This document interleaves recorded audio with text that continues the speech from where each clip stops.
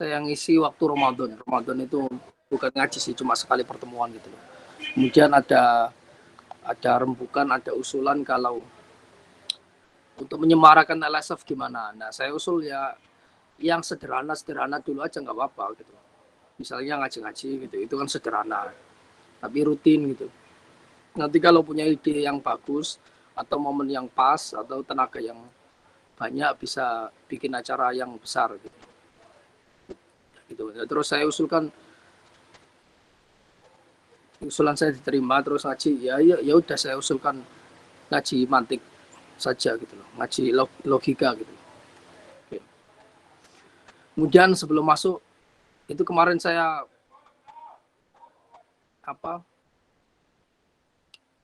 ngirim beberapa catatan, bukan catatan ya, mungkin beberapa tips lah, tips buat teman-teman yang ngaji Arab atau ngaji ilmu Islam dari kitab-kitab Arab gitu loh.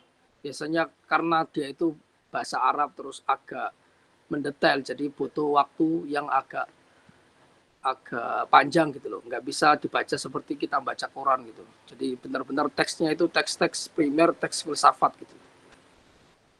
Karena itu saya tulis beberapa tips gitu kan.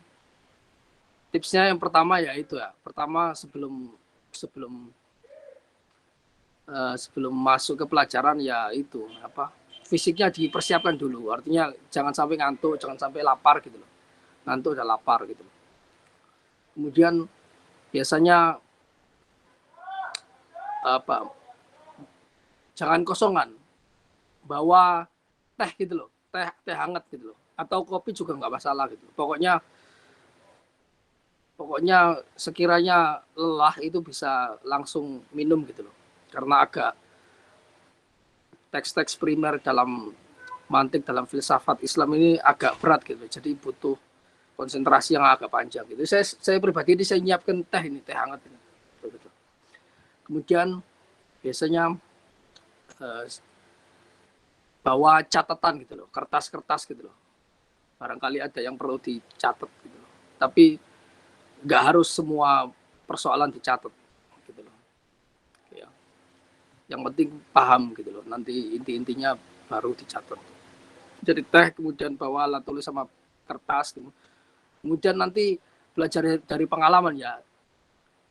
Kalau dulu saya ngisi kitab itu 2 jam nonstop atau 1,5 jam nonstop gitu loh. Sekarang saya agak ubah ya. Jadi mungkin saya nerangkan teks atau yang berkaitan dengan teks itu 1/2 jam, 30 menit, kemudian istirahat. Istirahat itu diisi dengan tanya jawab ringan-ringan lah, 10 menit lah gitu. Jadi 30 menit saya nerangkan, kemudian disusul 10 menit tanya jawab ringan atau mencatat atau tanya, barangkali ada keterangan sebelumnya yang belum jelas gitu, bisa ditanyakan gitu loh. Atau tanya jawab ringan yang berkaitan dengan materi yang sudah dibahas 30 menit itu.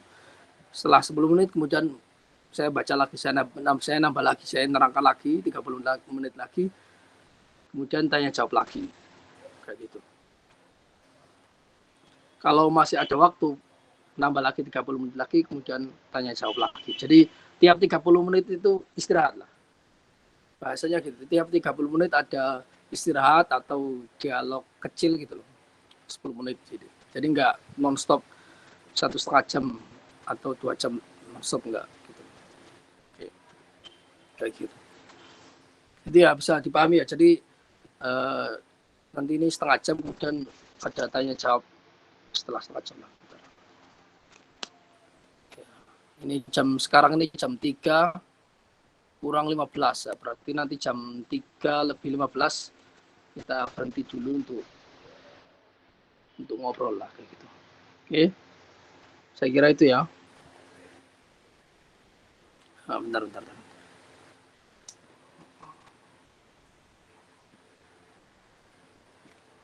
Saya ambil teks dulu.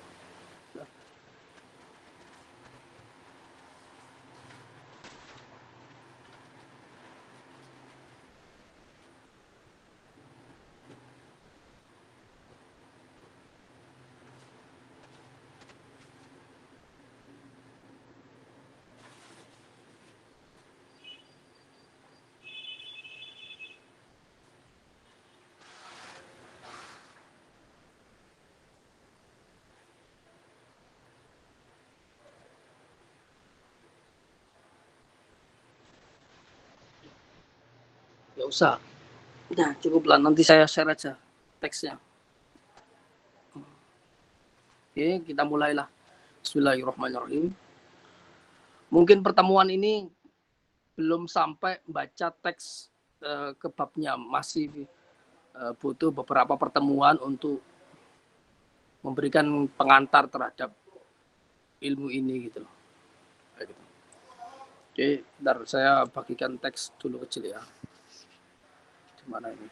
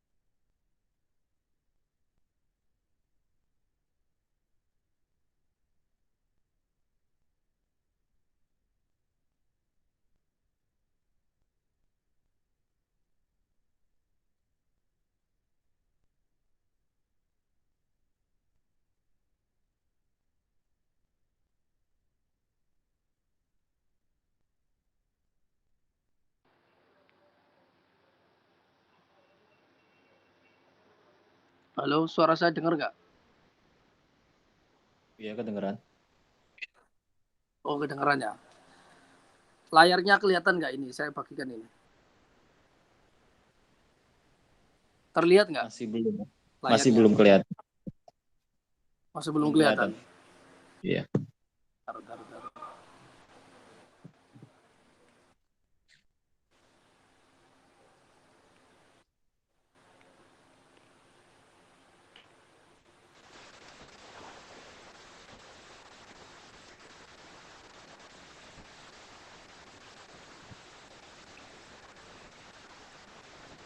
Nah, terlihat ya?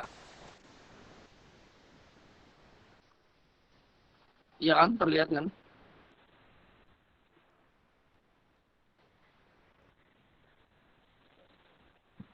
Gak tahu ya, ini mungkin jaringan saya atau gimana ini. Coba yang lain gimana? Oh, sudah kelihatan. Ya, sudah kelihatan. Kelihatan nggak? Kelihatan. Oh, udah kelihatan. Oke, oke, oke. Kelihatan, kelihatan. Oke, oke. Aku itu apa ini kan kalau nanti saya sedang lihat layar itu kalau ada masalah langsung bilang aja karena kadang nggak kelihatan di sini ini jaringannya masih bagus atau layarnya terlihat atau enggak gitu loh kayak gitu. Ya, siap insyaallah. Jadi langsung kok ya. Oke, Bismillahirrahmanirrahim. Kita belajar eh, matan isagoji. Ini matan dalam ilmu mantik, ilmu logika yang primer gitu loh. Ini levelnya level di atas sulam. Matan isagoji ini levelnya di atas sulam. Tapi beberapa masalahnya lebih banyak sulam karena dia ada beberapa yang tidak disebutkan di sini, misalnya hukum mempelajari mantik, kemudian nisbatnya ilmu mantik terhadap ilmu ilmu akliyat dibandingkan dengan nisbatnya ilmu nahwu terhadap ilmu-ilmu lisan gitu. dan sebagainya. Tapi secara pembahasan itu lebih mendalam isagoji. Makanya biasanya isagoji dipelajari setelah sulam biasanya.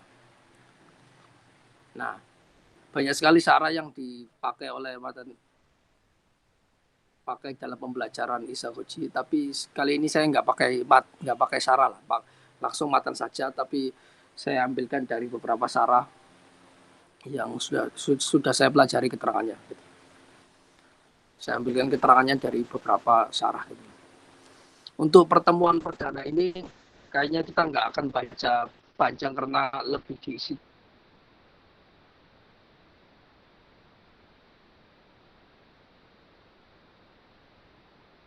dengan beberapa pengantar yang penting untuk mempelajari kitab Isagoji dan untuk mempelajari ilmu mantik dan ilmu yang matan Isagoji ya, matnu Isagoji, matan Isagoji. Li'athiruddin al-Mufaddal ibni Umar al-Abhari. Karya Athiruddin al-Mufaddal bin Umar al-Abhari, dikenal sebagai al-Abhari.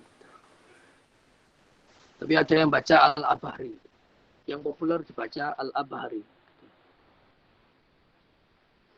Qala Syekh al-Imam afdalul mutaakhirin qudwatul hukama ar-rasikhin.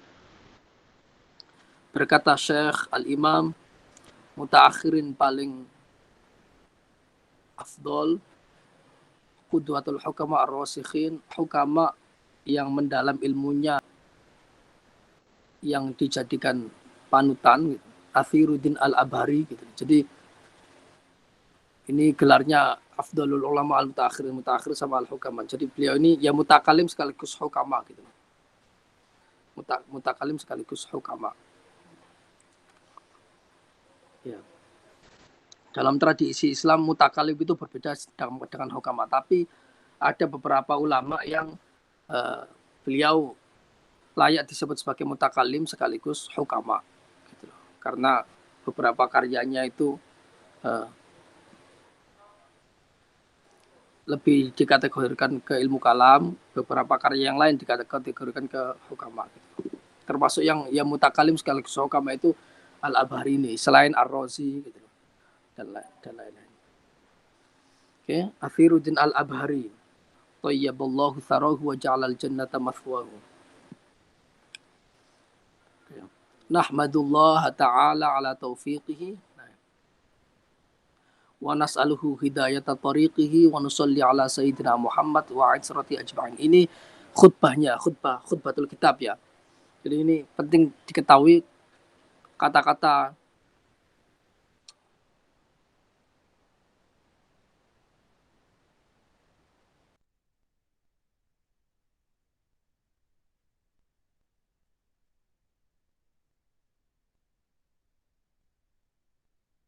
kata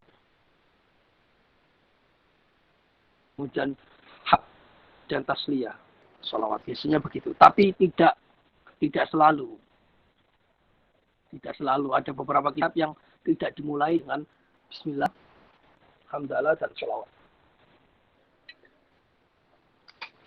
tapi sudah tentu mualifnya ketika mengarang itu dimulai dengan basmalah dan hamdalah dan salawat, sudah tentu. Tapi dalam kitabnya, manuskripnya kadang-kadang tidak disebutkan hamdalah, bismillah, salawat. Seperti manuskripnya kitab Syarh Talkhisnya Taftazani itu nggak ada langsung masuk ke permasalahan gitu.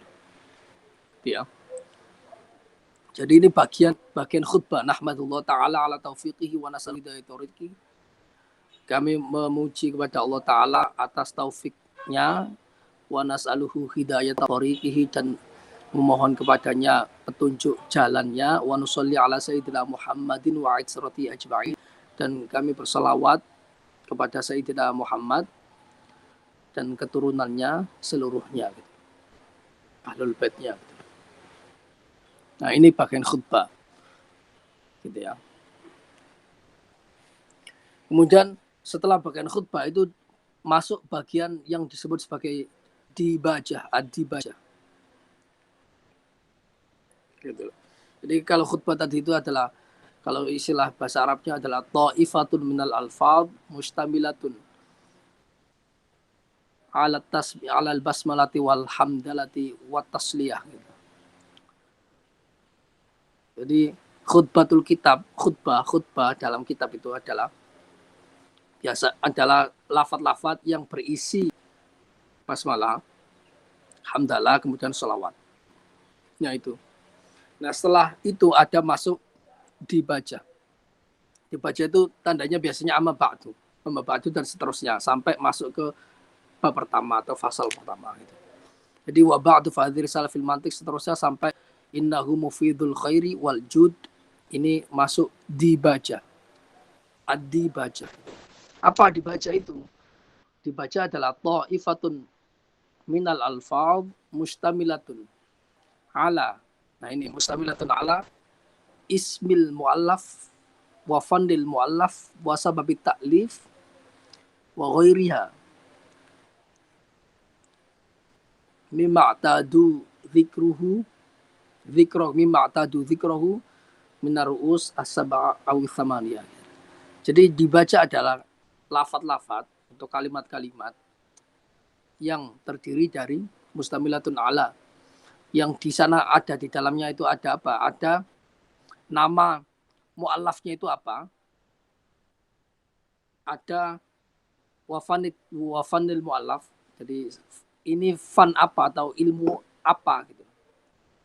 Wasababi taklif, sebab taklifnya, dan beberapa hal lain sampai ada 8 poin. Jadi ada nyebut namanya, nama taklifnya apa, kemudian ini fan ilmu apa, kemudian definisi birosmi ini apa, dalam ilmu yang mau dipelajari ini definisi apa, kemudian faedahnya apa, kadang dilengkapi dengan nisbatul ilmi ilal ulum al ukhra, ilmu ini dibandingkan dengan ilmu-ilmu yang lain, ini termasuk ilmu apa, ilmu akliyat atau ilmu syariat gitu. Kemudian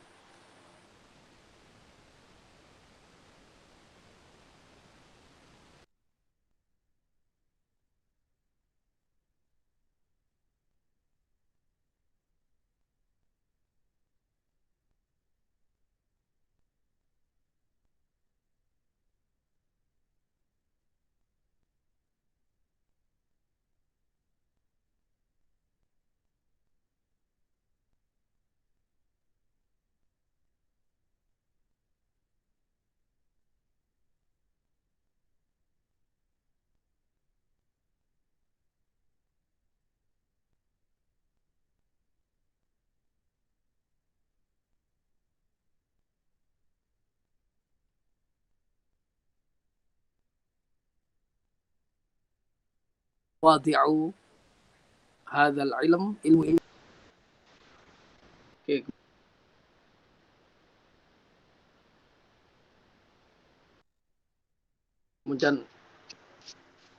Kemudian wa ba'du, ya, disebut sebagai faslul khitab. Terkenal kalau dalam bahasa Arab itu disebut sebagai faslul khitab gitu. Ada secara lughatan itu adalah pemisah wacana, pemisah ulasan gitu loh. Memisahkan antara apa? Antara khutbah dengan dibaca gitu loh. Kenapa dia itu disebut sebagai fasul khitab? Karena li'annal mutakallim yaftatihu kalamahu fi kulli amrin dzibalin wa sya'nin bi dzikrillah wa bi tahmidihi wa idza arada ay yakhruja minhu ila gharadihi fassala bainahu wa baina dzikrillah ta'ala bi qoulihi amma ba'd. Jadi ada naskah yang bilang ini amma ba'd, ada yang naskah yang bilang ini wa ba'd. Kenapa kok ini disebut sebagai faslul khitab wa ba'd atau amma ba'd disebut sebagai faslul khitab, pemisah wacana? Karena biasanya orang yang mau ngomong dalam suatu kitab atau dalam khutbah itu membuka kalimatnya dengan khutbah, ya, membuka kalamnya untuk semua perkara yang dhibalin wasya'nin, semua perkara yang penting dan uh, dan berpengaruh, ya. Itu dimulai dengan zikir kepada Allah, ya, menyebut Allah, tasbiyah gitu. Bismillahirrahmanirrahim misalnya gitu. Wa bitahmidi, dan membaca hamdalah, alhamdulillahirabbil alamin atau nahmud, seperti kalau di sini nahmadullah ala taufiqi, ya. Dan seterusnya, dan tasliyah, bersalawat. Nah, fa idza arada yakhruja min. Kemudian jika mutakalim ini ingin pindah dari khutbah itu ke tujuan dia ngomong, fa idza arada yakhruja minhu ila ghurdi, jika dia ingin keluar dari khutbah ke tujuan dia ingin ngomong, yakni kalau sekarang kan mau ngomong tentang ilmu mantik,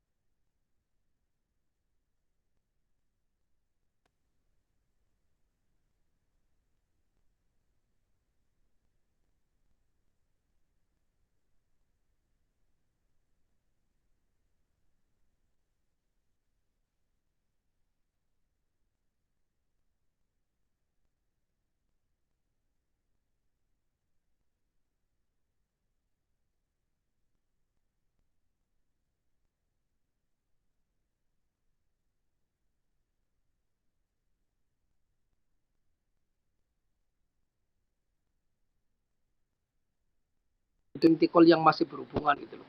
Jadi ada ketika orang menyebut khutbah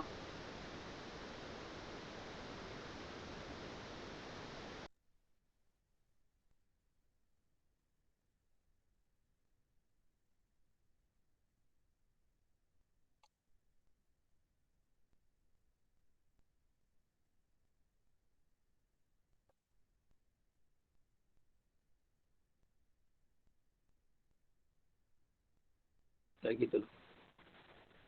Putus ya suaranya.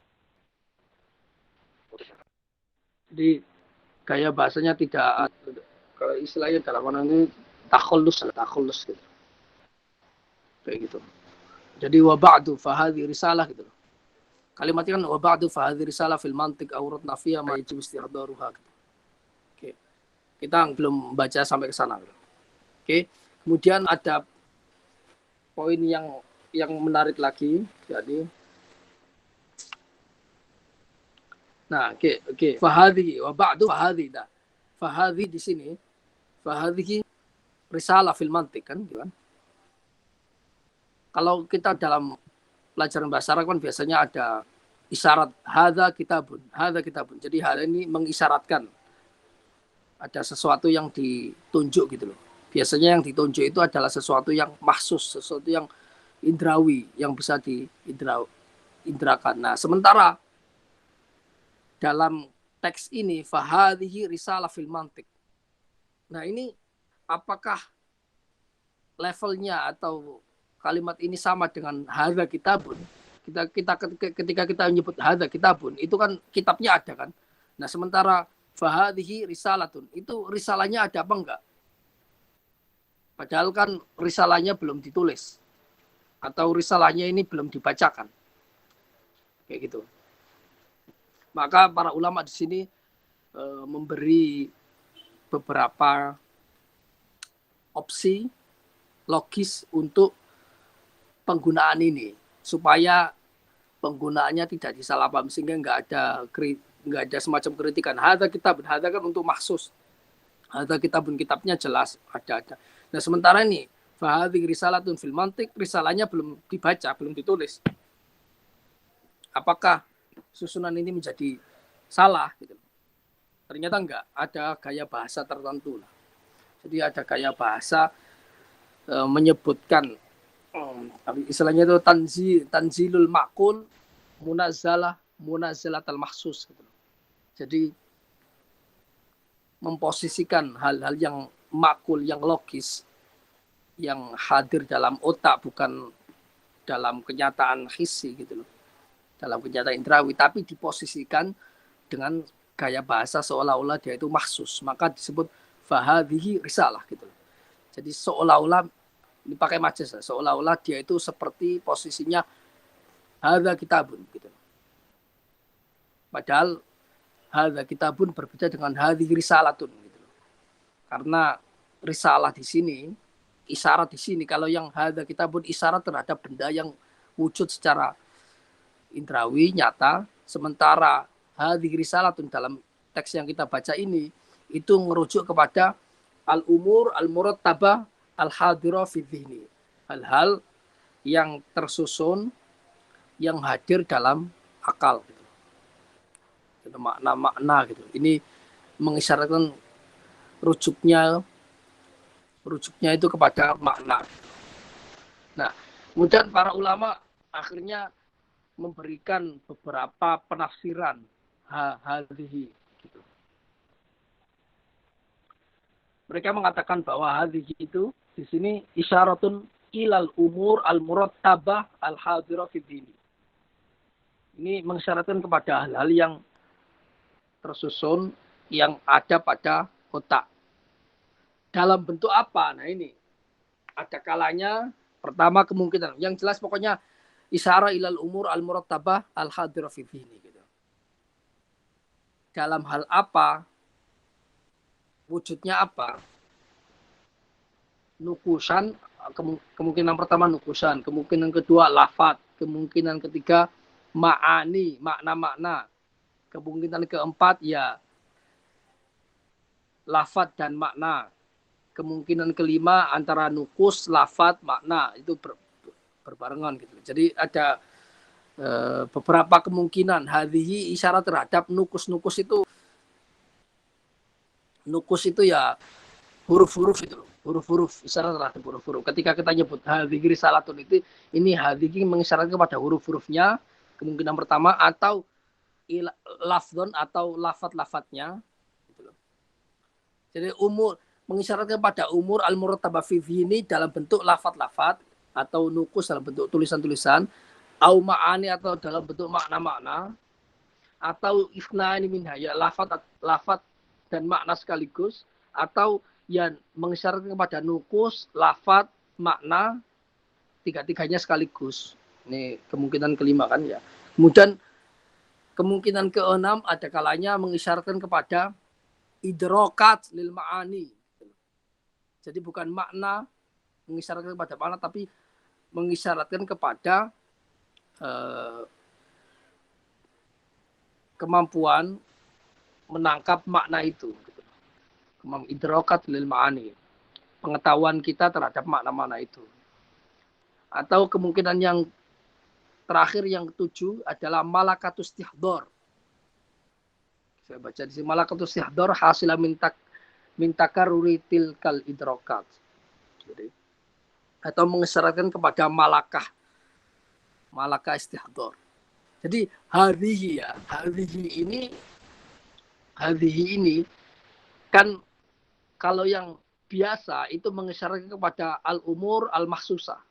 Tapi kalau dalam kasus di sini fahadhi risalah, ini isyaratun ilal umur al-murattabah al-hadira fi dhihni. Ini jelas mengisyaratkan kepada perkara-perkara yang tersusun yang ada dalam otak gitu loh. Jadi hadhihi risalah gitu ya. Nah, perkara-perkara yang tersusun yang ada di dalam otak ini ada kemungkinan berupa apa? Berupa nukus, tulisan-tulisan. Tulisannya itu hadir dalam otak, maka disebut hadhihi risalah. Artinya itu tulisan risalah itu yang hadir dalam otak, atau alfadon, atau yang hadir dalam otak itu berupa lafad. Lafad itu apa? Asul mustamil itu. Atau makna-makna yang hadir. Atau mengisyaratkan dua sekaligus, ya lafad dan makna. Atau yang kemungkinan kelima mengisyaratkan tiga-tiganya sekaligus. Ketika menyebut hadhihi risalah itu mengisyaratkan kepada umur murattabah fi ini dalam bentuk ya hurufnya, ya lafadznya, ya maknanya. Ya, ini kemungkinan kelima kan.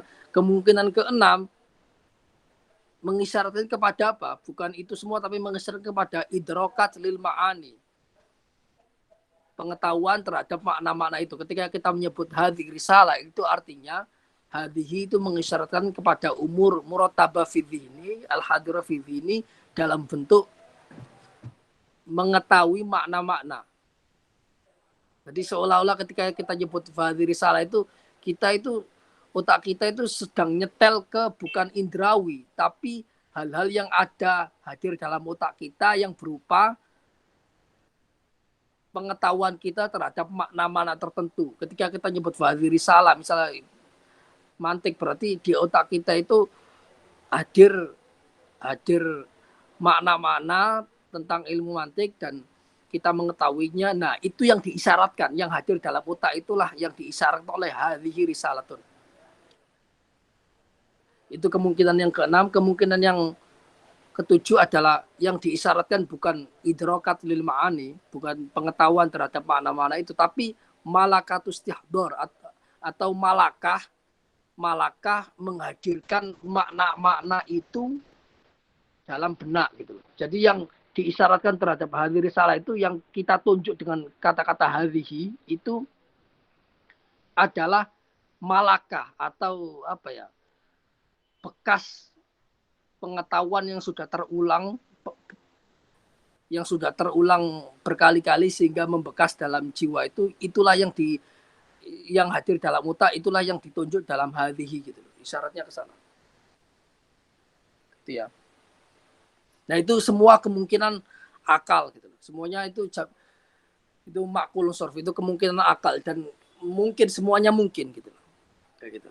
Yang jelas intinya hadhihi risalatun ini bukan mengisyaratkan kepada al-umur al-hissiyah, tapi mengisyaratkan pada al-umur al-murattaba al-hadira fi dini, perkara-perkara yang tersusun yang hadir dalam otak gitu. Kayak gitu loh. Kayak gitu.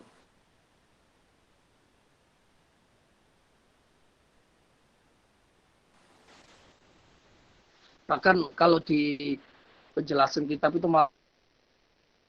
kemungkinan lain, ada tambahan-tambahan yang lain gitu. Nah, kenapa kok perkara ini kok dibahas ya? Padahal belum masuk ke mantiknya sudah agak ribet gitu. Supaya tidak ada subhat, kan bisa saja kan ada orang yang baru belajar bahasa Arab kemudian hadza ini isyarat terhadap sesuatu yang hissi. Ya kan hadza kitabun. Hadhihi sayyaratun, kan gitu. Nah, kok tiba-tiba ada hadhihi risalah, berarti risalahnya itu harus bentuk hissi gitu loh. Nah, gitu. Coba di kalimat amma ba'da hadhihi risalah fil mantiq aurat fiha mawayahnya. Jadi isyaratnya itu terhadap bukunya itu.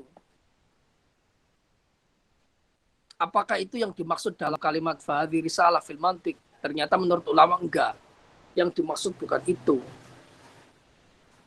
Ya gitu.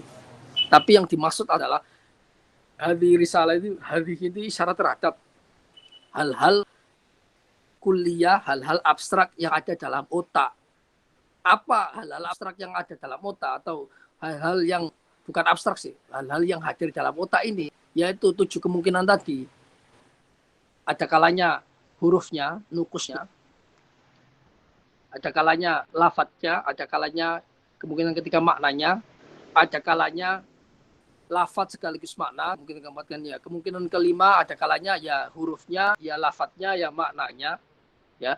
Kemudian itu kelima kan. Kemudian kemungkinan keenam ada kalanya idrokat lil ma'ani. Pengetahuan kita terhadap makna-makna yang mau dibahas itulah yang hadir dalam benak kita yang kita tunjuk dengan hadhihi risalah. Atau itu keenam, atau kemungkinan yang ketujuh malakah atau pengetahuan yang membekas dalam jiwa yang ditunjuk dalam kata-kata hadhihi gitu. Gitu ya. Oke, jadi biar nggak ada problem. Sekarang udah setengah jam ini. Oke, saya kira udah setengah jam, kita istirahat dulu 10 menit lah. Barangkali ada yang tanya atau pengen saya memperjelas beberapa bagian, monggo. Kita buat santai saja. Jadi tiap 30 menit istirahat 10 menit untuk tanya jawab atau kalau ada yang mau mencatat monggo, kalau mau tanya-tanya bagian tertentu yang mungkin kurang jelas monggo. Ya, kita istirahat 10 menit. Monggo.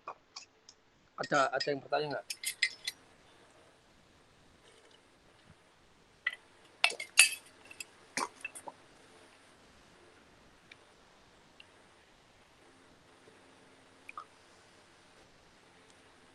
Kayak gitu. Kenapa, atau saya pancing dulu lah, kenapa kok itu perlu dibahas ya? Hadha saja itu perlu dibahas. Tadi itu amma ba'du. Terus hadhihi. Ini yang perlu dibahas. Supaya ada kesesuaian antara kata-kata dengan kenyataan. Gitu ya. Antara kata-kata dan kenyataan harus ada kesesuaian.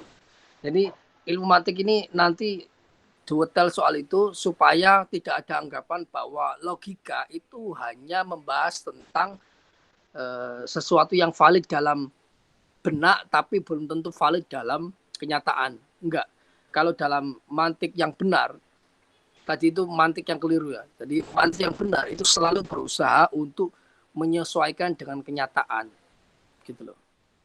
Selalu berusaha membahas sesuatu yang berhubungan dengan kenyataan. Dalam prakteknya, hal-hal yang terkecil ini langsung dibahas. Sehingga nggak ada orang, misalnya orang bertanya, hadhihi risalatun. Risalahnya kan belum ada, kok bisa ditunjuk dengan kata-kata hadhi.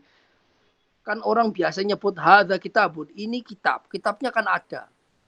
Nah, sementara hadhi risalahnya mana? Belum ditulis, belum dibaca. Apakah ini menunjuk hadhi risalah itu menunjuk kepada kitab risalah? Kayak gitu. Ketika disebut ini maksudnya menunjuk kepada kitab, maka akhirnya nggak nyambung kalimat. Kok kalimatnya itu membahas hadhi risalah fil mantik. Fil mantik aurat nafiha. Nah kan mantiknya belum ditulis, ini masih bagian awal gitu loh. Bagian awal gitu ya. Kalau hadza kitabun, kitabnya sudah ada, kemudian kita tunjuk hadza kitabun. Ini kitab. Ini disebut dengan kitab. Tapi hadhi risalah, nah risalahnya kan belum ditulis. Ternyata yang ditunjuk itu sesuatu yang sudah ada, tapi bukannya khisi. Ya ini isyaratun ilal umur al-murattab al-hadir fi dini. Isyarat terhadap perkara-perkara yang hadir dalam benak gitu loh. Ya, jadi nggak ada tidak kesesuaian dengan kenyataan gitu loh. Ini hadhihi ini sesuai dengan kenyataan, kenyataannya itu yang ditunjuk bukan amrun hissi, perkara yang indrawi, tapi yang ditunjuk adalah perkara-perkara yang hadir dalam benak, dan yang dalam benak itu sudah ada gitu. Berupa apa? Tulisan-tulisan atau lafaz-lafaz atau makna-makna atau lafaz atau makna atau pengetahuan tentang makna-makna itu atau malaka istihdar. Itu. Nggak ada yang tanya atau minta diulangi atau gimana? Bisa dimengerti atau gimana? Halo?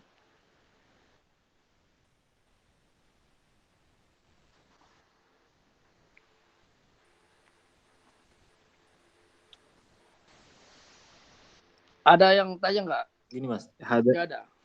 Iya. Hah? Ya, ada tadi kenapa supaya ada kesesuaian antara apa? Agak kurang dengar tadi yang ini. Kenapa hadza perlu dibahas? Kenapa gimana? Kenapa hadza perlu dibahas tadi supaya ada kesesuaian antara apa itu? Kurang dengar tadi. Kata-kata dengan kenyataan. Hadhi ini kan kata-kata, ya kan? Lafaz-lafaz gitu kan. Nah, hadhi risalatun. Risalahnya kan belum ada. Beda dengan misalnya hadza kitabun. Ketika kita nyebut ini kitab kan kitabnya, orang menyebut ini kitab kan kitabnya sudah ada. Atau ini mobil, ini rumah. Orang akan bilang kita bohong kalau kita menyebut ini rumah padahal rumahnya belum ada. Ya kan? Iya. Ya kan? Ini sepatunya belum ada kok disebut ini. Nah, lalu bagaimana dengan kasus hadhi risalah? Memang risalahnya mana? Kan risalahnya belum ada. Belum ditulis. Nah, maka para ulama bilang ini isyarat terhadap sesuatu yang ada. Apa yang ada itu? Ya sama kayak rumah tadi, cuma ini yang ada itu dalam benak. Isyaratun ilal umur al-murattabah al-hadirah fi dini. Isyarat terhadap perkara-perkara yang hadir dalam benak. Jadi ketika para ulama menyebut hadhi risalah fil mantik, itu bukan mengisyaratkan terhadap sesuatu yang makdum, yang tidak ada, tapi ada dalam benaknya itu loh, yang kemudian ditunjuk. Ini adalah risalah tentang ilmu mantik, ilmu nahwu, ilmu dan lain-lain. Jadi sama mengisyaratkan kepada sesuatu yang ada, cuma adanya dalam bentuk umur zihniyah gitu. Perkara-perkara yang ada dalam benak gitu.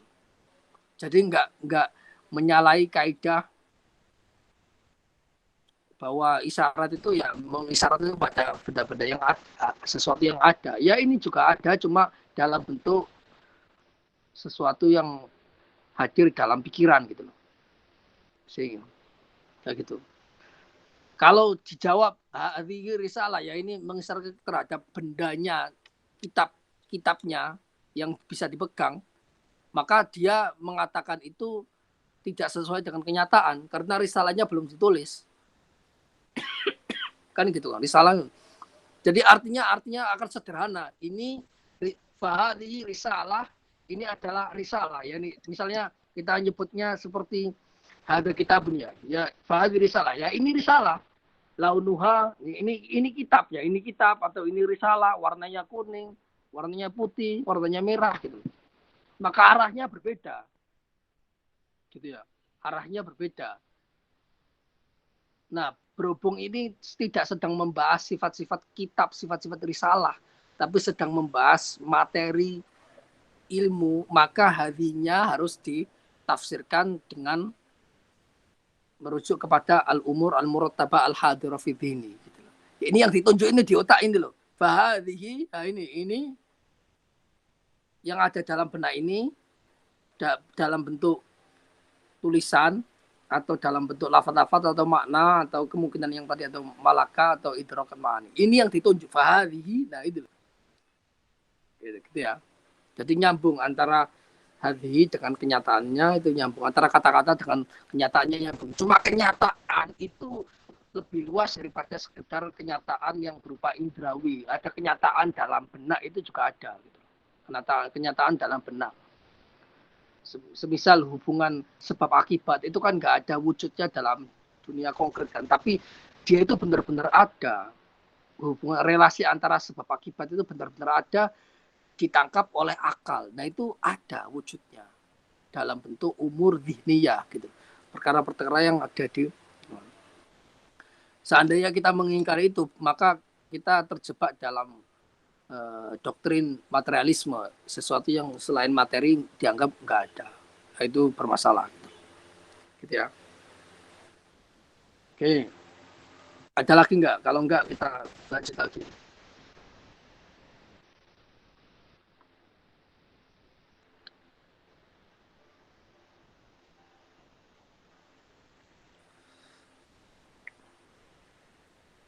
Nah, berarti yang ditunjuk adalah umur al-hadira fi dhihni gitu ya. Perkara-perkara yang hadir dalam otak.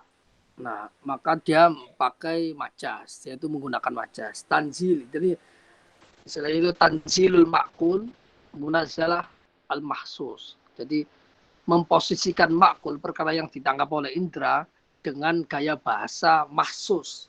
Maka disebut sebagai hadhihi gitu. Tanzilul lil makul, munazzalah al-mahsus gitu. Memposisikan perkara yang logis, yang indra, yang bersifat akli, yang bersifat akal, dalam posisi atau dalam uslub, dalam gaya bahasa yang bersifat mahsus. Maka pakai hati. Oke, ya gitu. Ini juga mengisyaratkan bahwa kata-kata hadis risalah itu ada semacam tarhib, ada semacam dorongan untuk mendekatkan pembaca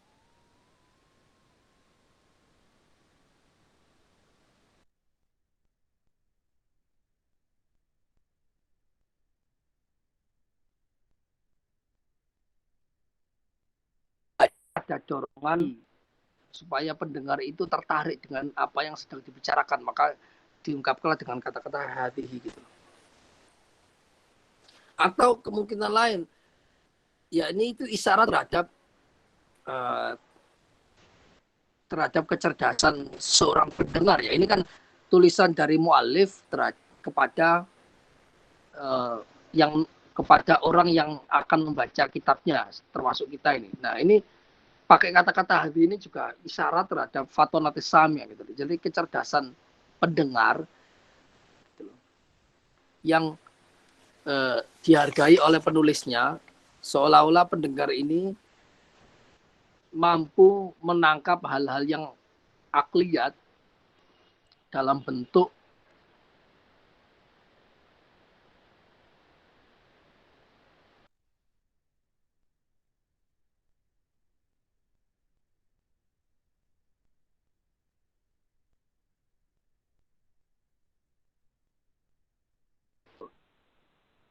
misalnya ini perkara-perkara yang kuliah ini, tapi pakai sampai perkara yang kuliah itu begitu dekat dengan mereka, sampai dalam benak mereka itu seperti hadir dalam bentuk wujud hissi gitu. Maka digunakanlah kata-kata hadhihi gitu. Seandainya pakai bukan hadhi tapi pakai tilka, itulah gitu. Itu kan mengisyaratkan sesuatu yang jauh gitu. Sehingga tidak menghargai kecerdasan pembaca gitu loh. Tidak memberikan ketertarikan terhadap pembaca, tidak membuat pembaca tertarik, malah semakin jauh, atau tidak menghargai pembaca seolah-olah pembaca itu gak akrab dengan materi yang sedang dibahas gitu. Itulah ilmu gitu. Orang-orang akan bertanya, pembaca bertanya-tanya, ilmu apa itu? Kok begitu jauh gitu. Beda dengan inilah ilmu. Gitu. Inilah risalah tentang ilmu mantik. Ini isyarat terhadap kecerdasan pembaca bahwa ini sesuatu yang mereka kenali, mereka biasa, sehingga nggak perlu pakai isyarat yang jauh gitu. Pakai isyarat hati. Gitu. Atau ya memang hati ini memang gunanya untuk ya seperti yang tadi, tamfil lil maqulat al bil mahsusat gitu, atau tanzilul maqul munazzalah al mahsus gitu. Jadi merepresentasikan sesuatu yang makul dengan gaya bahasa, dengan uslub yang mahsus. Gitu ya. Oke. Kemudian tadi kan kita nyebut fahadhihi risalah gitu, fahadhi risalah gitu. Yang ditunjuk di sana itu kan adalah al-umur al-hadira fi dhihni nukusan au al-fadhan au ma'ani au itsnaini minha au thalatha minha au idrakatil ma'ani au malak istihdar. Kayak gitu kan. Nah, yang ditunjuk itu adalah ini apa? Sesuatu yang abstrak kan, bukan sesuatu yang juz'i, yang partikular, tapi sesuatu yang universal. Sesuatu yang universal. Artinya yang ditunjuk ini satu hal atau banyak hal. Yang ditunjuk itu banyak hal. Yang ditunjuk adalah perkara yang universal, satu kata tapi memiliki makna yang banyak. Ketika kita nyebut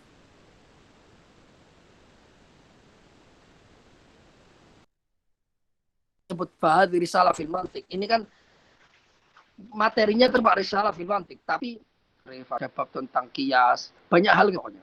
Ya kan? Berarti ini mengisyaratkan terhadap bahwa yang ditunjuk dalam kata-kata hadhi itu adalah umur al-hadirah fi ini yang berupa kuliah yang universal, yang memiliki makna banyak. Al-kuli itu adalah satu kata yang secara akal itu dia mengisyaratkan terhadap kenyataan-kenyataan yang banyak. Gitu.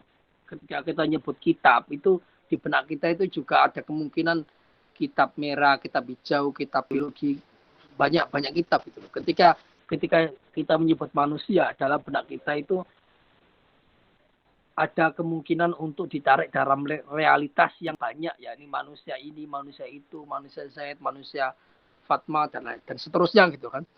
Nah, fahadhihi ini risalah. Fahadhi risalah ini juga mengisyaratkan terhadap hal yang kuli itu.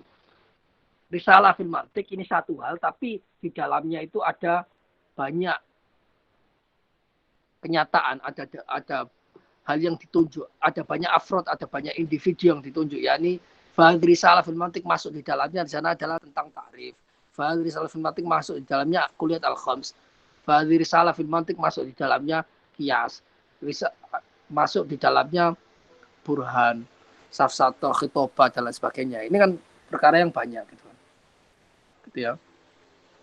Nah, oleh karena itu, karena yang ditunjuk oleh ini banyak, maka nama-nama kitab itu para ulama bilang disebut sebagai a'lamul agnas.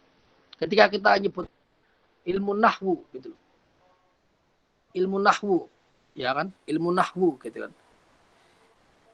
Itu bentuknya itu alamul agnas atau alamul asmaul agnas. Ada yang bilang itu adalah suatu nama untuk agnas, untuk jenis. Jadi jenis ini kuli, sesuatu yang memiliki makna yang sangat banyak gitu loh. Al jinsu makuliyun makulna ala katsir mukhtalifina bil haqiqah fi jawabi ma huwa gitu. Ketika kita nyebut nahwu, ilmu yang disebut dengan nahwu itu kan nahwu itu sebagai isim alam gitu kan. Tapi isim alam yang mengisyaratkan banyak hal karena di dalamnya itu ada fa'il, ada kalam, ada mubtada, ada khobar, ada istighol dan seterusnya. Ketika nyebut ilmu mantik itu suatu nama kan juz'i kan, nama kan partikular kan. Zaid ya disebut Zaid untuk dia saja, bukan untuk yang lain. Tapi kalau untuk kasus dalam nama-nama ilmu itu bukan alam yang mengisyaratkan pada satu hal, tapi mengisyaratkan alam terhadap banyak hal, yakni alamul ajnas. Ilmu nahwu yakni nama untuk suatu ilmu yang mengandung banyak persoalan dari kalam, mubtada, khobar dan lain sebagainya. Ilmu mantik adalah suatu nama untuk suatu ilmu yang ajnas, yang memiliki banyak persoalan di bawahnya gitu. Gitu ya. Kenapa kok sampai ditafsirkan semacam ini? Supaya apa? Supaya ada kesesuaian antara teks dengan kenyataan. Gitu loh. Kok sampai ditafsirkan begitu loh. Fahadhi risalah.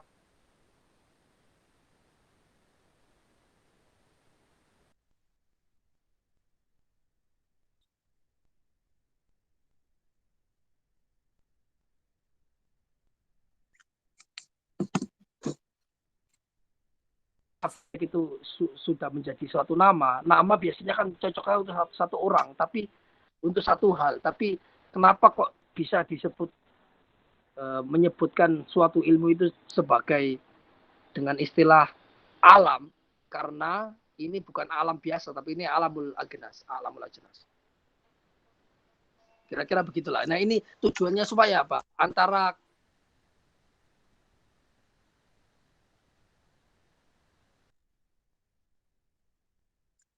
kata-kata yang dipakai dengan pemahaman itu sesuai dengan kenyataan. Kata-kata yang dipakai balik lagi ke persoalan yang tadi, kenapa kok ditafsirkan sejauh itu? Supaya apa? Supaya antara kenyataan dan kata-kata itu ada titik pertemuan, nggak ada titik perpisahan, sehingga kata-kata itu bisa dipahami sesuai dengan kenyataan yang dimaksud oleh pengarang, bukan kata-kata itu dilepas bebas, tidak sesuai dengan apa yang dimaksud oleh mualifnya gitu. Kayak gitu ya. Kira-kira alasan kenapa kok ditafsirkan sejauh itu sudah tahu kan maksudnya sudah bisa dimengerti ya. Ini gunanya banyak juga. Semakin persoalannya itu ribet, maka penafsiran tentang hadza, tentang isyarat itu semakin ribet juga. Kayak misalnya untuk menafsir Al-Quran, Dzalikal kitabul la raiba fi. Ini kan kitab ini kan untuk Al-Quran gitu. Dzalika ini nyebut kemana ini? Apakah Qurannya hissi atau yang maknawi atau nah itu kan repot kan. Makanya hadis itu selalu ditafsirkan sesuai dengan yang ditunjuk itu bagaimana gitu. Kalau yang ditunjuk itu maknawi ya jadinya maknawi. Kalau yang ditunjuk itu hissi ya jadinya hissi. Kalau ditunjuk itu perkara yang sangat bersifat ketuhanan, maka isyaratnya kepada ketuhanan gitu. Jadi ngikutin apa yang sedang ditunjuk ini. Gitu ya. Jadi nanti penafsirannya ini jangan kemudian dikatakan loh kan hadhihi risalah fil mantiq ini penafsiran tadi ada 7. Kemudian kok nggak cocok dengan penafsiran Dzalikal kitabul la raiba fi gitu untuk Al-Qur'an. Karena Al-Kitabul la raiba fi ini berbeda dengan risalah fil mantiq gitu loh. Yang ditunjuk oleh ismul isyarah itu berbeda. Kayak gitu loh. Jadi penafsirannya harus berbeda, bukan satu penafsiran dibawa ke semua realitas, enggak gitu. Tapi penafsiran itu harus dipahami sesuai realitas gitu. Jadi kata-katanya sama tapi penafsirnya beda. Hadza kitabun sama hadhihi risalatun fil mantiq beda. Beda juga dengan dzalikal kitabul la raiba fi.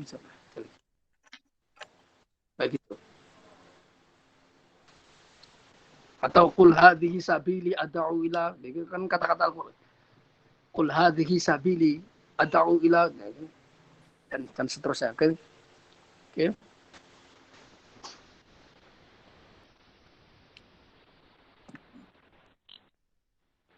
Ada yang ditanyakan lagi nggak? Ini tadi sudah setengah jam. Jadi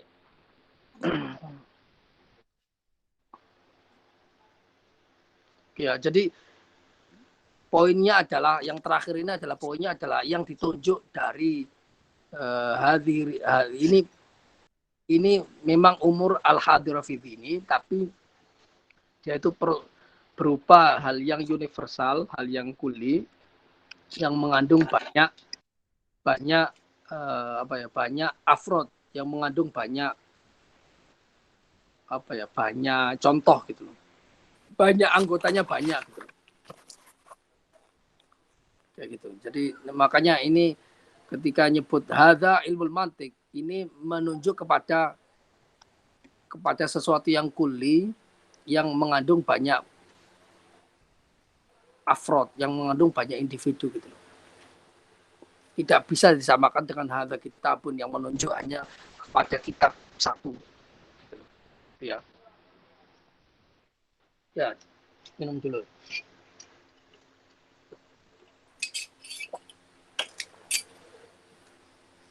Oke. Fahadhihi wa ba'd amma ba'du atau wa ba'dum. Fahadhihi risalah. Hadhihi risalah. Jadi ada teks yang bilang fahadhihi, ada yang bilang hadhihi. Ini ada beberapa mazhab gitu loh. Dua-duanya sama aja gitu.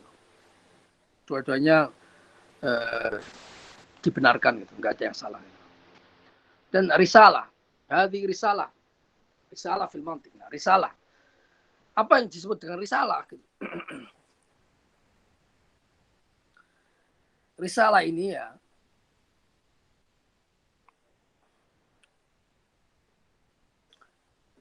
risalah itu secara bahasa itu artinya perantara antara pemberi pesan dengan orang yang diberi pesan. Ada A, ada Zaid memberi pesan terhadap Umar. Nah, di antara Zaid sama Umar ini ada risalah. Jadi perantara al-wasato atau al-wasato bainal mursil wal mursal ilaih. Secara lughatan, perantara antara pemberi pesan dengan tujuan yang diberi pesan. Ya kan? Fi isolil akhbar wal ahkam. Dalam hal mentransmisikan kabar-kabar dan hukum-hukum gitu.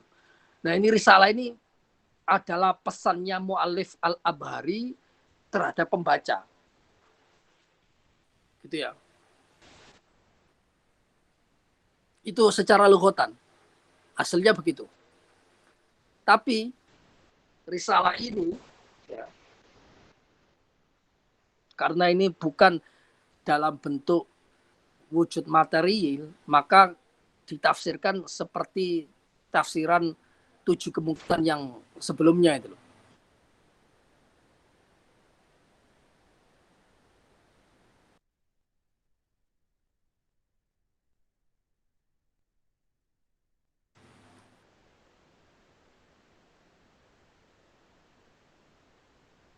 Atau tahu makna-makna atau malakas istihdor yang muncul ketika setelah mengulang-ulang makna-makna itu berkali-kali gitu loh. Jadi risalah di sini itu risalah secara pemikiran ya. Bukan dalam bentuk hissi gitu. Gitu. Jadi secara lughatannya itu perantara antara pemberi kabar dengan orang yang diberi kabar, tapi kemudian secara uruf istilah dalam suatu ilmu, dalam ilmu lah, ketika menyebut ini risalah tentang fikih, risalah tentang nahwu, risalah tentang mantik, risalah tentang balaghah, ini maksudnya adalah yaitu hal-hal 7 kemungkinan tadi. Ini huruf-huruf yang mengandung ilmu atau lafaz-lafaz yang menceritakan tentang ilmu, makna-makna yang bahas ilmu, atau 3 kemungkinan itu atau 2 kemungkinan itu, atau idrokatul ma'ani atau malakatus istihdar gitu. Gitu ya. Oke. Tapi ada juga yang bilang itu risalah itu ya risalah itu secara fisik ya. Ini sudah bukan ilmu lagi, tapi ini secara fisik. Disebut risalah itu kalau dia itu adalah kertas yang dijilid, ya kan? Kertas yang dijilid yang berisi materi-materi yang sedikit dari satu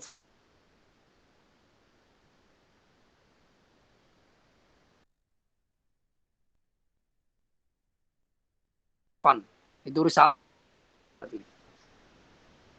Risalah mukhtasar, yakni materi-materi yang sedikit juga, tapi dari beragam ilmu gitu loh. Mukhtasar apa yang mukhtasar yang isinya ilmu apa itu, ilmu tauhid, ilmu fikih, sekaligus ilmu tasawuf. Mukhtasar Safinatun Najah ya. Itu semua mukhtasar.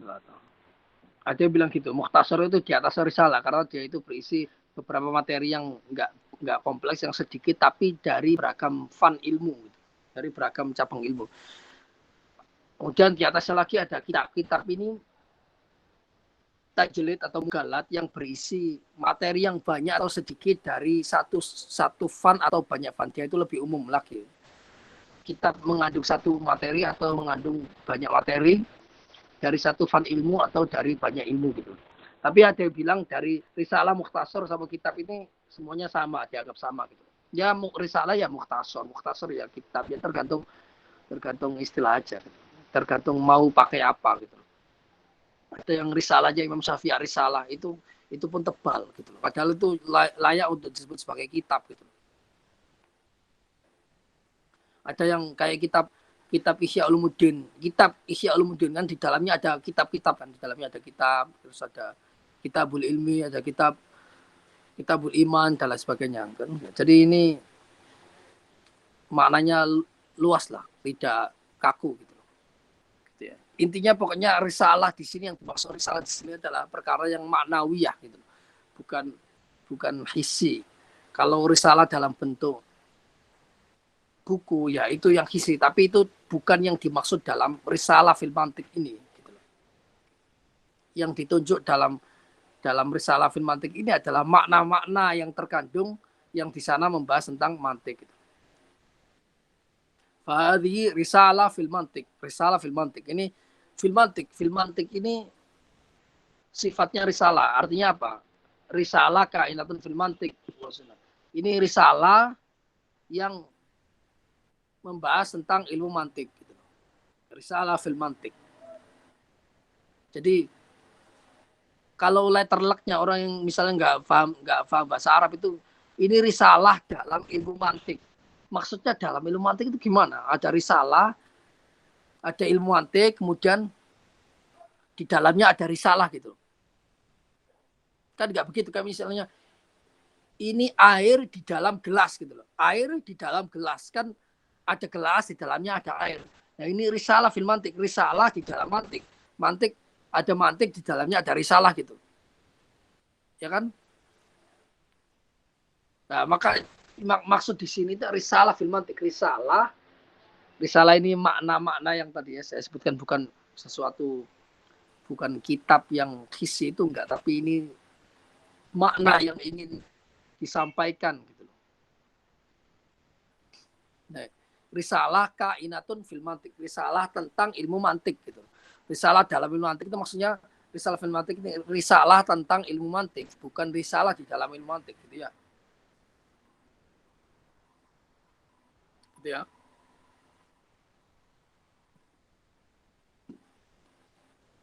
Oke, kemudian risalah fil mantiq. Fil mantiq ini kan menyebut nama ilmu tertentu yang disebut terkenal dengan istilah mantiq. Oke. Mantiq, istilah ilmu mantiq dan istilah ilmu yang lain ilmu nahwu, ilmu falsafat, ilmu fisika, ilmu geografi, ilmu kimia.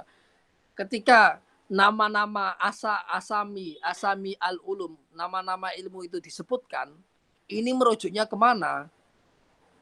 Ini maksudnya apa? Ketika kita nyebut ini ilmu fikih, ini ngerujuknya kemana? Maksudnya itu apa?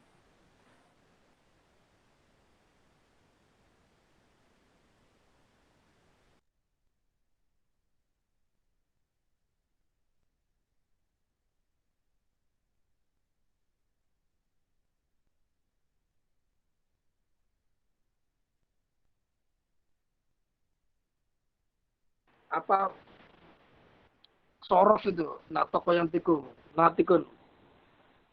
Isim zaman isim makan mau diunutki gitu. Nah, ini nama ilmu gitu. Nah, ketika orang nyebut suatu nama ilmu itu kemungkinannya apa?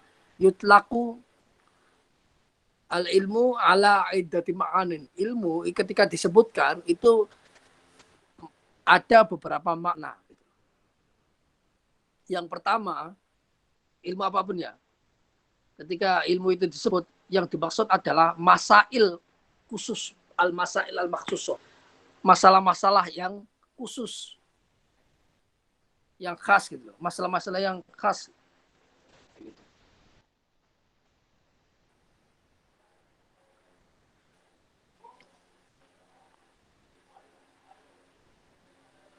Masalah-masalah yang khas gitu.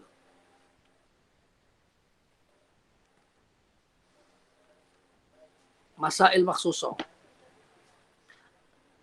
Kayak gitu.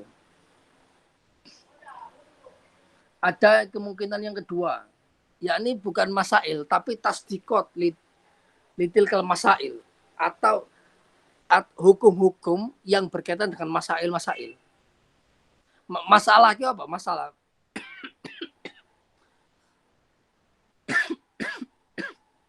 Masalah itu gini. Masalah itu qadiyah yang dibuktikan lah, yang bisa dibuktikan gitu loh. Bukan qadiyah sekedar qadiyah. Semisal gitu, as-sholatu wajibatun gitu. Itu kan qadiyah. As-sholat atau suatu kalimat lah, ada mubtada khobarnya, ada subjek, ada predikatnya.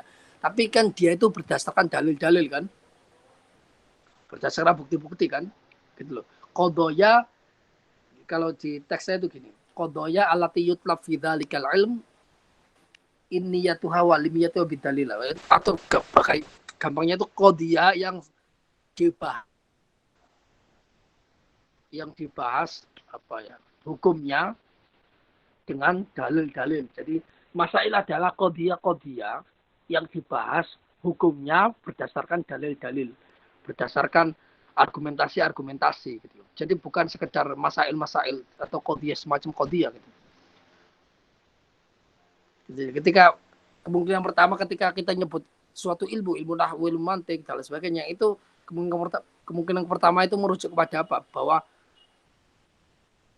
ilmu mantik adalah yakni masail maksusoh, masalah-masalah khusus. Apa itu masalah? Masalah mau diusul itu kan. Masalah adalah qadiyah yang dibahas hukumnya berdasarkan argumentasi.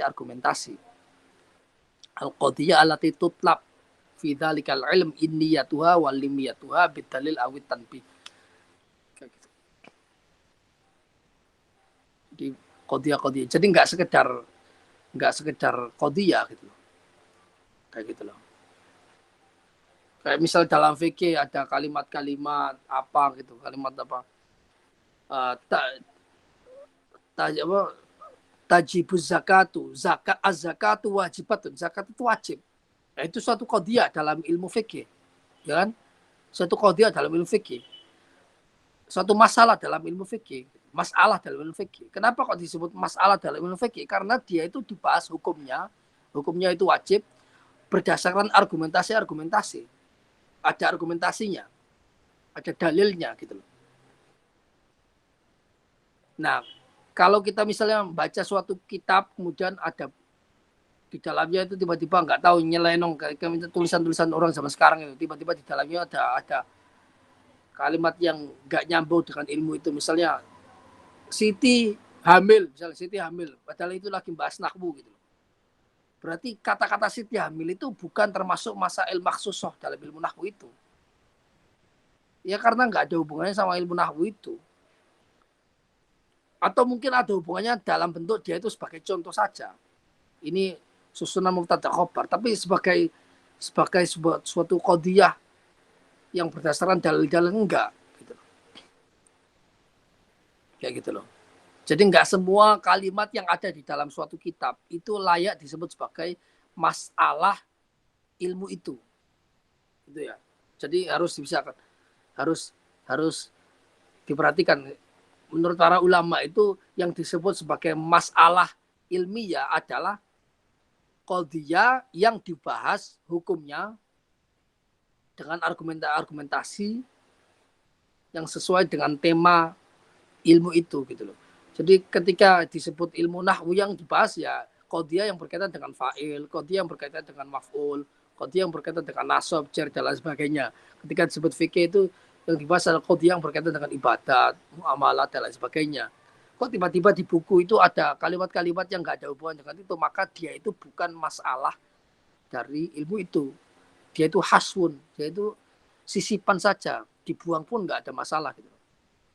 Maka kalimat-kalimat yang sisipan itu tidaklah ditunjuk, tidaklah yang dimaksud ketika orang menyebut ini ilmu nahwu, ini ilmu fisika dan lain sebagainya gitu loh. Misalnya ada ilmu fisika, kemudian di dalam fisika itu ada kayak tips yang nggak ada hubungannya dengan fisika, tapi ada hubungannya dengan perdukunan. Nah, tips itu tidak termasuk ilmu fisika walaupun ada di dalam kitab fisika gitu loh. Gitu ya. Kayak gitu. Jadi harus bisa dibedakan. Oke, itu ini yang kemungkinan pertama gitu loh.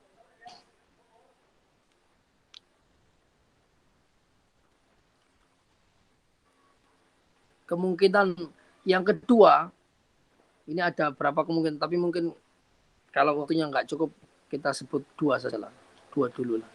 Yang kemungkinan kedua adalah yutlaqul ilmu wa yuradu bihi atas dikot bitilkal masail andalil bihin.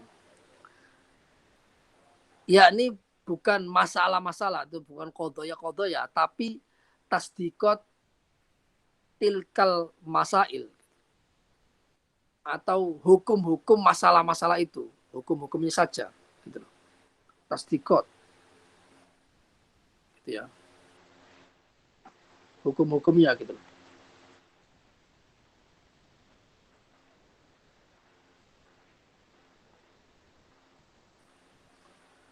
Hukum-hukumnya saja gitu loh. Ya, yang dibahas itu ya nanti akan lebih jelas kalau kita sudah masuk ke ilmu mantiknya, kan ada tasawur, ada tasdik. Jadi yang dibahas dalam ilmu adalah tasdiknya. Yang pertama masail, yang kedua tasdikot tilkal masail. Gitu, tasdik hukum-hukum dari masalah-masalah itu. Loh, sekarang agak nyeleneh lah gitu. Kenapa kok ini kok diperinci ketika orang nyebut ilmu itu kok diperinci maksudnya apa gitu. Kok ditentukan maksudnya apa supaya tidak ada keanehan-keanehan. Misalnya gini. Orang menyebut ilmu tapi maksudnya malah bukan ilmu gitu. Kayak gitu. Misalnya dalam suatu kelas ada yang ngajar, ada dosen yang ngajar tentang geografi gitu loh. Kemudian di tengah-tengah ajaran itu tiba-tiba dosennya curhat. Nah, apakah curhatan di tengah-tengah pelajaran itu termasuk ilmu geografi yang disampaikan oleh guru? Sehingga kita harus menerima itu sebagai suatu ilmu geografi. Gitu ya. Enggak kan? Enggak. Atau waktu musim politik loh. Dosen-dosen di kelas, dosen agama atau dosen ilmu akidah, dosen nahwu, dosen politik, dosen fisika, dosen matematika, tiba-tiba di tengah-tengah pelajaran ngomong politik yang nggak ada hubungannya dengan materi. Apakah kalimat-kalimat politik yang di sela-sela ilmu yang dibahas itu termasuk dalam kategori ilmu tersebut? Ketika disisipkan dalam fisika, apakah kalimat-kalimat politik itu masuk dalam ilmu fisika? Tidak. Dalam ilmu matematika juga tidak, karena dia itu bukan yang dimaksud dalam ilmu itu. Dia itu bukan masail ilmu itu, dia juga bukan tasdikot masail ilmu itu, gitu loh. Ya. Sehingga sasaran ketika kita menyebut ilmu itu jelas, gitu loh. Sehingga nggak bisa disematkan sesuatu yang bukan ilmu kemudian disifati dengan ilmu. Ternyata di kelas dapatnya selain dapat ilmu fikih juga dapat ilmu pilihan calon presiden. Nah kan ini kan nggak nyambung. Berarti yang pilihan calon presiden itu bukan ilmu. Dia itu curhatan saja walaupun disampaikan dalam konteks mengajarkan ilmu tertentu, ilmu fikih, ilmu akidah misalnya. Tapi dia itu bukan ilmu yang dibahas. Ya, maka dia bukan termasuk ilmu dalam konteks itu gitu. Jadi nggak bisa disalahkan gitu. Atau misalnya ketika kita belajar ke Eropa misalnya, ke Barat gitu, belajar ilmu ekonomi atau belajar ilmu fisika, tiba-tiba karena dosennya itu seorang ateis, tiba-tiba di tengah-tengah itu dosennya ingin cerita tentang pengalaman dia ateis dan lain sebagainya, ingin mempengaruhi para pendengar. Di sana ada pendengar Kristen, pendengar Muslim juga ada. Kemudian keluar dari sana murid-muridnya yang nggak ngaji itu, yang kurang pinter dan lain sebagainya, mengatakan ternyata ilmu fisika itu mengajarkan ateisme. Padahal itu sisipan dari dosennya. Kan ilmu fisika kan ilmu yang membahas tentang gerak, tentang sifat-sifat benda-benda fisik, hukum-hukumnya gitu, karakteristiknya. Tapi diterangkan oleh guru yang ateis di Barat itu dicampur-campur dengan ateisme, akhirnya kemudian disimpulkan ternyata ilmu fisika itu mengandung ateisme gitu. Ya tidak, itu kesalahan dosennya saja yang mencampurkan sesuatu yang bukan fisika ke dalam pelajaran fisika. Dan itu bisa dipisahkan. Kalau nggak bisa dipisahkan nanti orang akan ngomong, ya ilmu itu nggak netral ketika yang menyampaikan Barat ilmu fisika jadi ateisme, ketika yang menyampaikan Islam ilmu fisika itu jadi penuh nasihat agama gitu loh. Artinya ilmu nggak netral. Apakah demikian? Enggak, salah. Ilmu itu mahiyahnya, esensinya netral. Artinya dia itu nggak tergantung siapa yang ngomong. Sama saja. Ketika orang ngomongnya keliru, yang disalahkan orangnya itu salah ngomong teori itu. Tapi ilmunya ya benar. Ilmunya sudah dikonfirmasi para ulama, yaitu benar. Gitu loh. Ini ada hubungannya kan ada yang populer bilang itu ilmu nggak netral itu bagian mana? Ketika nyebut ilmu itu kan nyebut ke masailnya, nyebut ke tasdikotnya, nyebut ketika disebut ilmu itu yang dimaksud itu malaka al hasila al malaka. Ketika disebut ilmu yang disebut itu adalah masail mabadi sama mauduat majmuknya itu. Maka nggak layak untuk disebut ilmu itu nggak netral, karena yang dimaksud ulama ketika menyebut ilmu ini ilmu itu bukan sisipan-sisipan yang nggak jelas dalam ilmu, tapi ya yang jelas-jelas ilmu gitu loh. Itu ya. Ya, saya kira itu kita istirahat, atau kalau sekarang itu jam berapa nih? Sudah malam ya. Mungkin selesai, tapi antum bisa tanya-tanya lah. Monggo.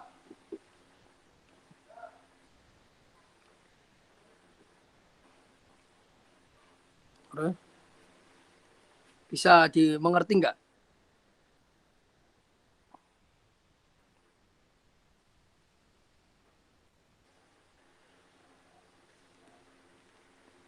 Kalau saya simpulkan dari poin-poin dari awal adalah yang pertama bahwa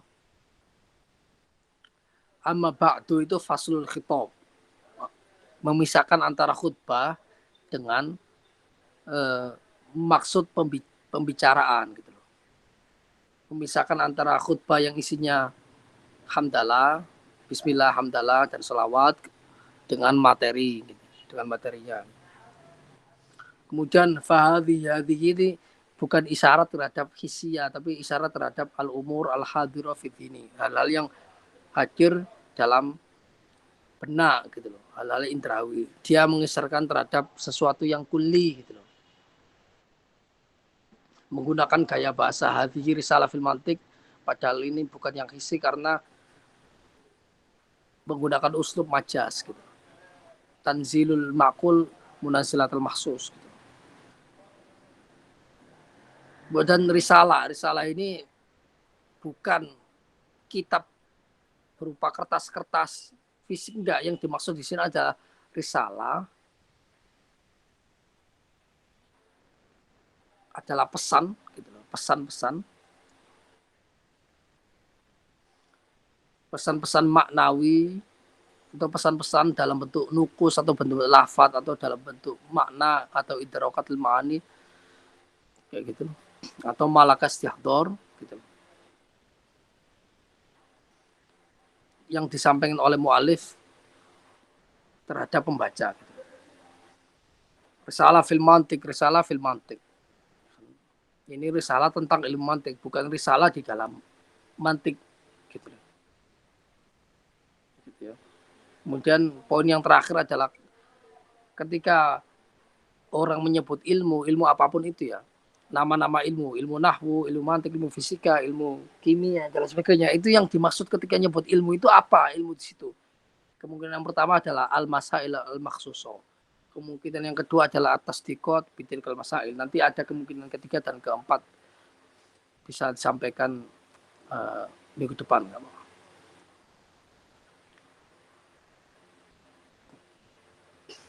Gimana? Ada yang mau bertanya?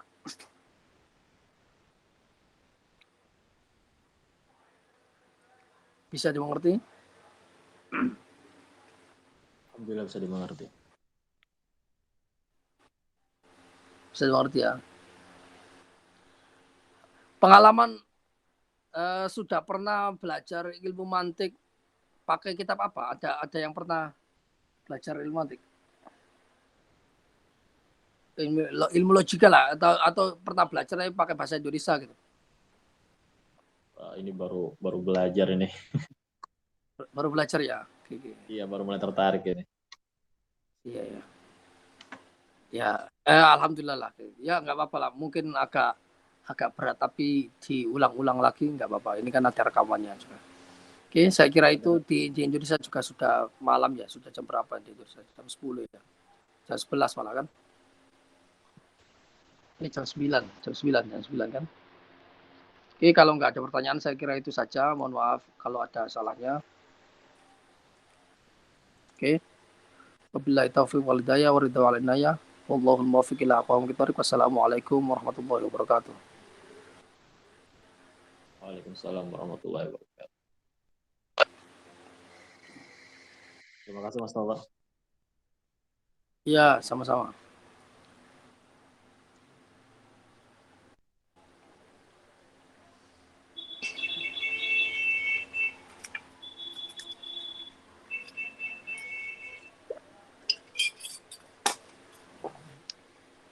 Bisa ditutup lah.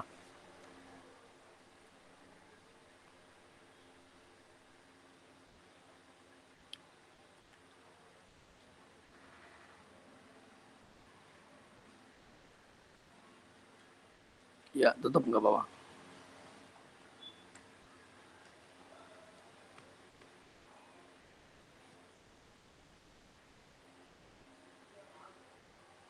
Oke. Tutup ya. Antum tutup. Atau saya ingin keluar.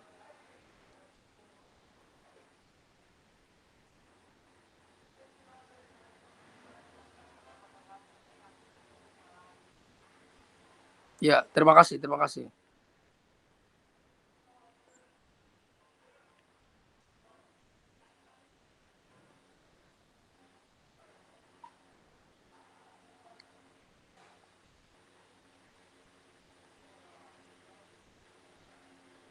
tutup aja ya. Oke, 1,